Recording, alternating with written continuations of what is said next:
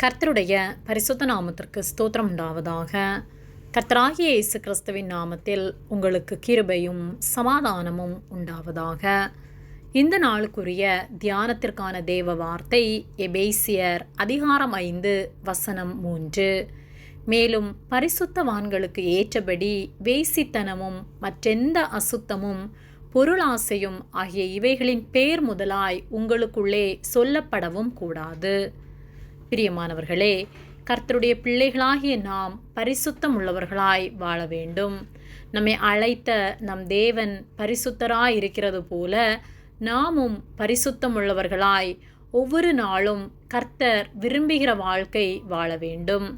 எபேசியர் 5:3-7 வரை உள்ள வசனங்களில் மேலும் பரிசுத்தவான்களுக்கு ஏற்றபடி வேசித்தனமும் மற்றெந்த அசுத்தமும் பொருளாசையும் ஆகிய இவைகளின் பேர் முதலாய் உங்களுக்குள்ளே சொல்லப்படவும் கூடாது. அப்படியே வம்பும் புத்தீனமான பேச்சும் பரியாசமும் தகாதவைகள். ஸ்தோத்திரம் செய்தலே தகும்.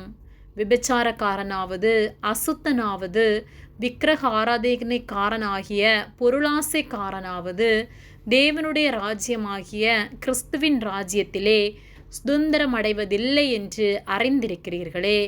இப்படிப்பட்டவைகளின் நிமித்தமாக கீழ்ப்படியாமையின் பிள்ளைகள் மேல் தேவ கோபாக்கினை வருவதால் ஒருவனும் உங்களை வீண் வார்த்தைகளினாலே மோசம் போக்காதபடிக்கு எச்சரிக்கையாயிருங்கள். அவர்களுக்கு பங்காளிகளாகாதிருங்கள் என்று சொல்லப்பட்டுள்ளது. கர்த்தருடைய பிள்ளைகளாகிய நாம் கர்த்தர் அருவருக்கிற எந்த அசுத்த காரியங்களினாலும் நம்மை தீட்டுப்படுத்தாதபடிக்கு காத்து கொள்ள வேண்டும். கர்த்தரை அறிந்து ஏற்றுக்கொண்ட நாம் துணிகரமாக எந்த பாவத்தையும் செய்வதில்லை.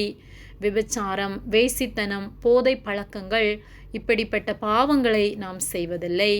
ஆனால் கர்த்தர் விரும்பாத பொருள் ஆசை நம்மில் இருக்கிறதா என்பதை நாம் சிந்தித்து பார்க்க வேண்டும். பொருள் ஆசையை விக்கிரக ஆராதனை என்று கர்த்தர் சொல்லுகிறார்.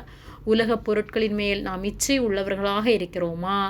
பார்க்கின்றவற்றை எல்லாம் வாங்க வேண்டும் என்று சொல்லி ஆசை உள்ளவர்களாய் நாம் காணப்படுவோமானால் நம்மை சீர்படுத்த வேண்டும். நமக்கு தேவையானவற்றை வாங்குவதில் தவறில்லை.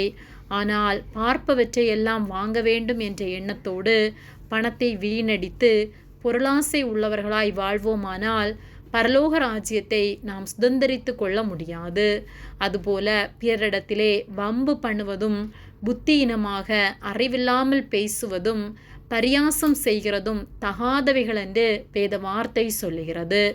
ஆகையால் வீணாய் யாரிடத்திலும் வம்பான வார்த்தைகளை பேசாமல் தெளிந்த புத்தியோடு செயல்படுவோம். ஒருவரிடம் பேசும்போது புத்தியாய் பேசுவோம். புத்தியினமாக பேச்சும் தகாதவை என்று வேத வார்த்தை சொல்லுகிறது. இப்படிப்பட்ட காரியங்கள் நமக்குள் இருக்குமானால் நாம் கீழ்ப்படியாமையின் பிள்ளைகளாய் தேவ கோபாக்கினைக்கு பாத்திரர்களாய் காணப்படுகிறோம்.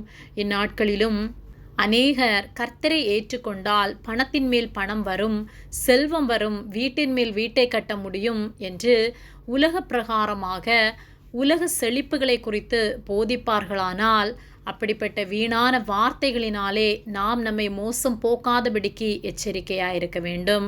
அவர்களுக்கு பங்காளிகள் ஆகாதபடிக்கு நம்மை காத்து கொள்ள வேண்டும் என்று வேத வார்த்தை மிகவும் தெளிவாக சொல்லுகிறது. ஆகவே ஜாக்கிரதை உள்ளவர்களாக இருப்போம். எந்த ஒரு சூழ்நிலையிலும் உலகச் செழிப்புகளுக்கு நேராக ஓடாமல் உண்மையாய் அவர் நமக்காக சிந்தின இரத்தத்தை எண்ணி கர்த்தரிடம் அன்பு செலுத்துவோம்.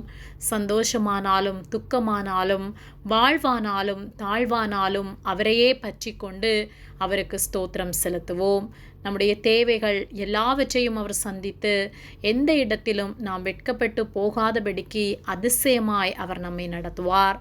ஆகவே அவரை விசுவாசித்து அவருக்கு உண்மையாய் வாழ்வோம். அவர் நம்மோடு கூட இருந்து நம்மை காத்து நடத்துவார். ஆமேன். ஜெபம்.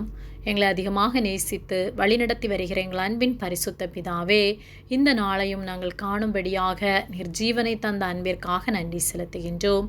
நாங்கள் தியானித்த வார்த்தையின்படியே பரிசுத்தவான்களாகும்படியாக அழைக்கப்பட்ட நாங்கள் எந்த பாவ செயல்களையும் நீர் அருவருக்கிற எந்த காரியத்தையும் செய்யாதபடிக்கு வாழ நீர் எங்களுக்கு உதவி செய்யும்படியாய் ஜெபிக்கின்றோம்.